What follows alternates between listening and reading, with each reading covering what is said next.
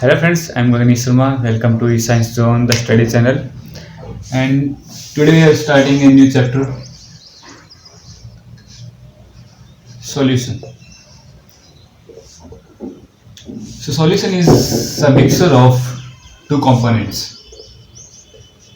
It is a mixture of two components. First one is solute and solvent.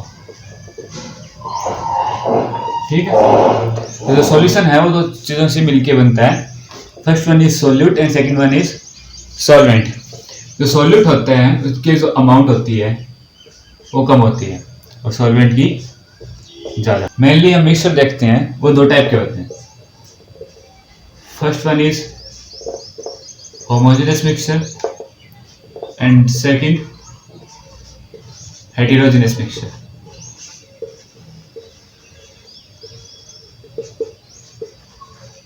Homogeneous and heterogeneous का मतलब क्या है? होमो मतलब same, hetero मतलब डिफरेंट,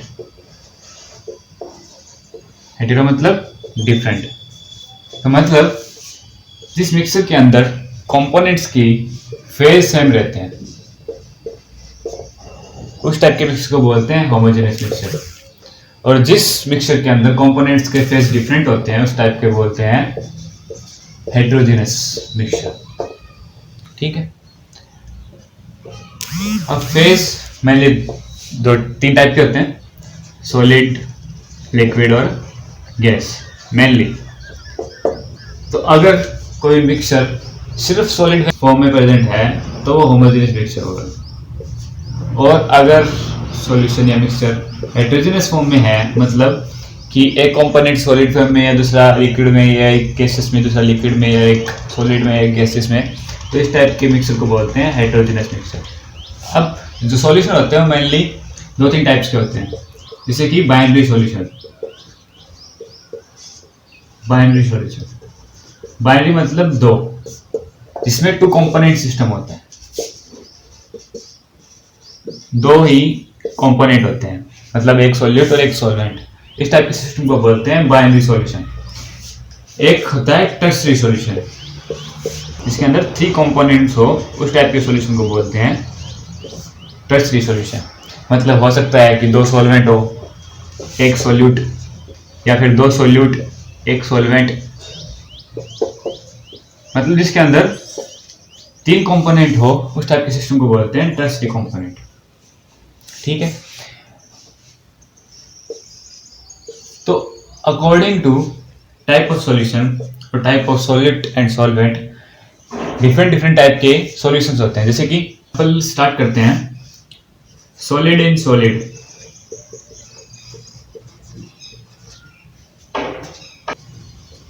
गैस इन सॉलिड. ठीक, second solid in liquid, liquid in liquid. ठीक, and last is gas in liquid. ठीक, अब solid in gas, liquid in gas, and last one is gas in gas. तो according to solute and solvent there are many type of solution. इसके अंदर आपका जो solvent होगा वो solid होगा और सॉलिड सॉलिड. इसके अंदर आपका सॉल्वेंट सॉलिड होगा और सॉल्यूट लिक्विड. इसमें सॉल्यूट होगा वो गैसेस फॉर्म में होगा और सॉल्वेंट सॉलिड फॉर्म में. सेम इसी केस में जो लिक्विड होगा वो आपका सॉल्वेंट होगा and solid gas and liquid ये आपके सॉल्यूट होंगे. इन दिस केस जो आपका गैस होगी वो आपके एज ए सॉल्वेंट की तरह बिहेव करेगी और ये कंपोनेंट एज ए सॉल्यूट की तरह बिहेव करेंगे. तो according to solvent and solute there are mainly 9 types of solutions. ठीक है, इनको अलग अलग नाम दिया गया है, जैसे कि इमल्सन, सोल, एरोसोल, जेल. ठीक है, जैसे कि नॉर्मली सॉलिड के अंदर लिक्विड के मिक्सिंग को जेल बोलते हैं, ठीक है। और लिक्विड में लिक्विड मटेरियल को इमल्सन बोलते हैं। और एरोसोल सॉलिड के अंदर एयर पार्टिकल्स का प्रेजेंट होना, इसको एरोसोल बोलते हैं। तो मेनली इनके अलग अलग वर्ड्स दिए गए हैं according to type of solute and solvents, ठीक है।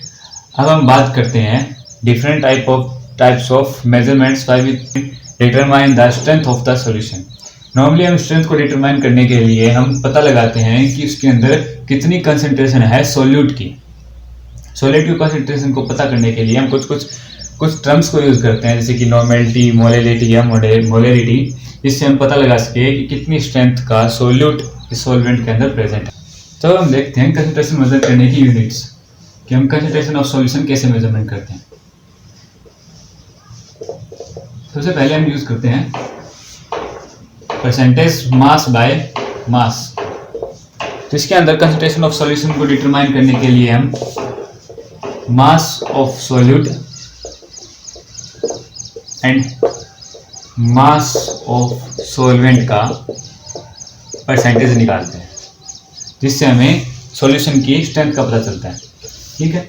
सेकेंड टर्म हम यूज करते हैं मास बाय वॉल्यूम, जिसमें हम मास ऑफ सॉल्यूट लेते हैं एंड वॉल्यूम ऑफ सॉल्यूशन लेते हैं एंड उसका परसेंटेज निकालते हैं, जिससे हम कंसंट्रेशन ऑफ सॉल्यूशन पता कर सकते हैं कि इसके अंदर कितना ग्राम सॉल्यूट प्रेजेंट है। थर्ड टर्म हम यूज करते हैं वॉल्यूम बाय वॉल्यूम, जिसमें हम सॉल्यूट को लिक्विड फॉर्म में उसका वॉल्यूम कैलकुलेट करते हैं, volume of solute and volume of solution का परसेंटेज, ठीक है। थर्ड चीज स्ट्रेंथ।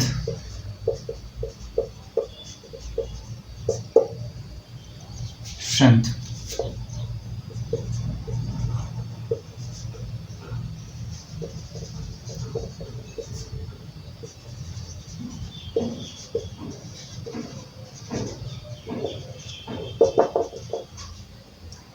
नॉर्मली स्ट्रेंथ का मतलब होता है कि उसके किसी भी सॉल्वेंट के अंदर कितने अमाउंट के अंदर कोई भी सॉल्यूट प्रेजेंट होता है, वो उसकी स्ट्रेंथ कहलाती है। मतलब amount of solubility of solute in a solvent is known as concentration और स्ट्रेंथ। फिफ्थ टर्म हम यूज करते हैं parts per million. Parts per million को मेजर करने के लिए 10 की पावर 6 इसको मल्टीप्लाई करते हैं, जिससे हम उसकी पार्ट्स पर मिलियन के अकॉर्डिंग कंसंट्रेशन मेजर करते हैं, ठीक है। तो ये जो बेसिक टर्म थी जिससे हम कंसंट्रेशन ऑफ सॉल्यूशन कैलकुलेट कर सकते हैं कि मोल फ्रैक्शन क्या होता है।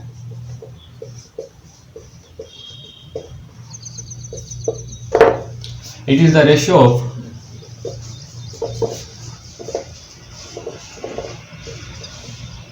moles of a particular solute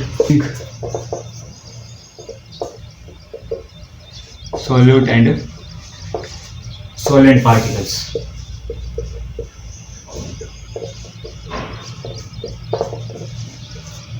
ठीक। तो नॉर्मली हम इससे क्या समझते हैं कि मोल फ्रैक्शन एक रेशियो होता है किसी भी पर्टिकुलर सॉल्यूट का रिमेनिंग पार्टिकल्स के साथ में। जैसे कि एग्जांपल के लिए मैं एक सॉल्यूशन लेता हूं, ये बाइनरी सॉल्यूशन नहीं है, ठीक है। इसके अंदर मोर देन 1 कंपोनेंट्स प्रेजेंट होने चाहिए एज ए सॉल्यूट। मान लीजिए मेरे इसके अंदर 3 पार्टिकल्स चाहिए, ए, बी एंड सी, और एक्स के जो ए के मोल है वो एक्स है, बी के एक्स बी एंड सी के एक्स सी। अगर मुझे मोल फ्रैक्शन कैलकुलेट करना है ए का, मोल फ्रैक्शन कैलकुलेट करना है ए का, तो मैं उसका रेशियो निकालूंगा रिमेनिंग कंपोनेंट्स के साथ, ठीक है। तो ये इसका होगा mole fraction of A. Molality, molality molality क्या होती है कि ये कंसंट्रेशन को मेजर करने की यूनिट होती है जिसके अंदर हम ऑफ सॉल्यूट लेते हैं। इसको टर्म को यूज करने के लिए हम लेते हैं weight of solvent. So molality two moles of solute divided by weight of solvent।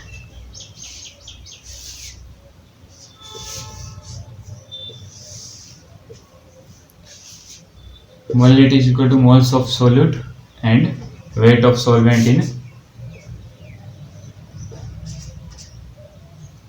ग्राम और किलोग्राम। ठीक है, अगर ग्राम में लेते हो तो ठीक। तो मोलैलिटी एक यूनिट है कंसंट्रेशन मेजर करने की। इसमें हम मोल्स ऑफ सॉल्यूट लेते हैं एंड वेट ऑफ सॉल्वेंट लेते हैं। अनदर टर्म इज, एंड इसको रिप्रेजेंट करने के लिए हम पीछे स्मॉल m से इसको रिप्रेजेंट करेंगे। Second term is molality. Molality क्या होती है?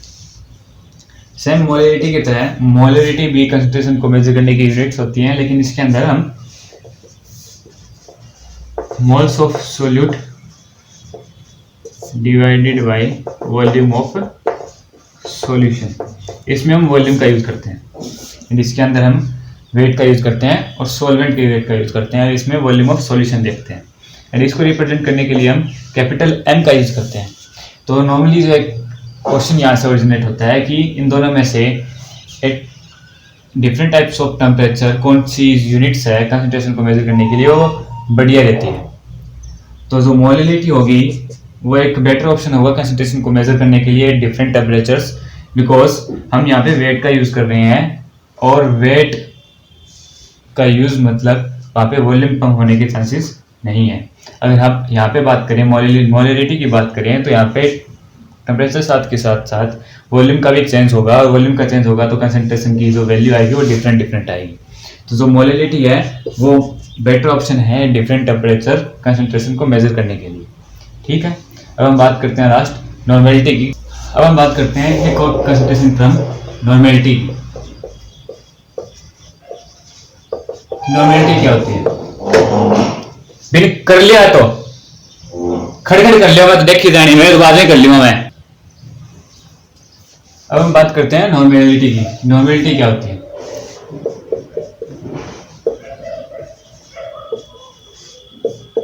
नॉर्मेलिटी को डिफाइन करने के लिए हम एक टर्म को यूज करते हैं, equivalent weight.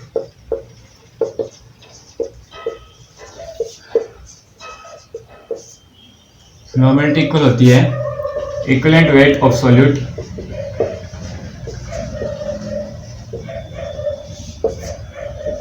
And volume of solution.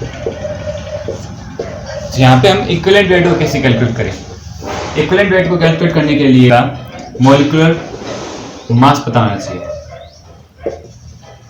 Molecular mass and उसको हम डिवाइड करेंगे उसकी वैलेंसी से, एसिडिटी से और बेसिसिटी से। ठीक है, तो यहाँ से हम किसी मॉलिक्यूल का इक्विवेलेंट वेट कैलकुलेट कर सकते हैं। एग्जाम्पल के लिए सल्फ्यूरिक एसिड, इसका मॉलिक्यूलर मास होता है 98 एंड इसकी valency SO4 2 negative and H positive. तो इसके अंदर 2 इलेक्ट्रॉन का एक्सचेंज हो रहा है। ठीक है, सो 98 डिवाइडेड बाई 2 49।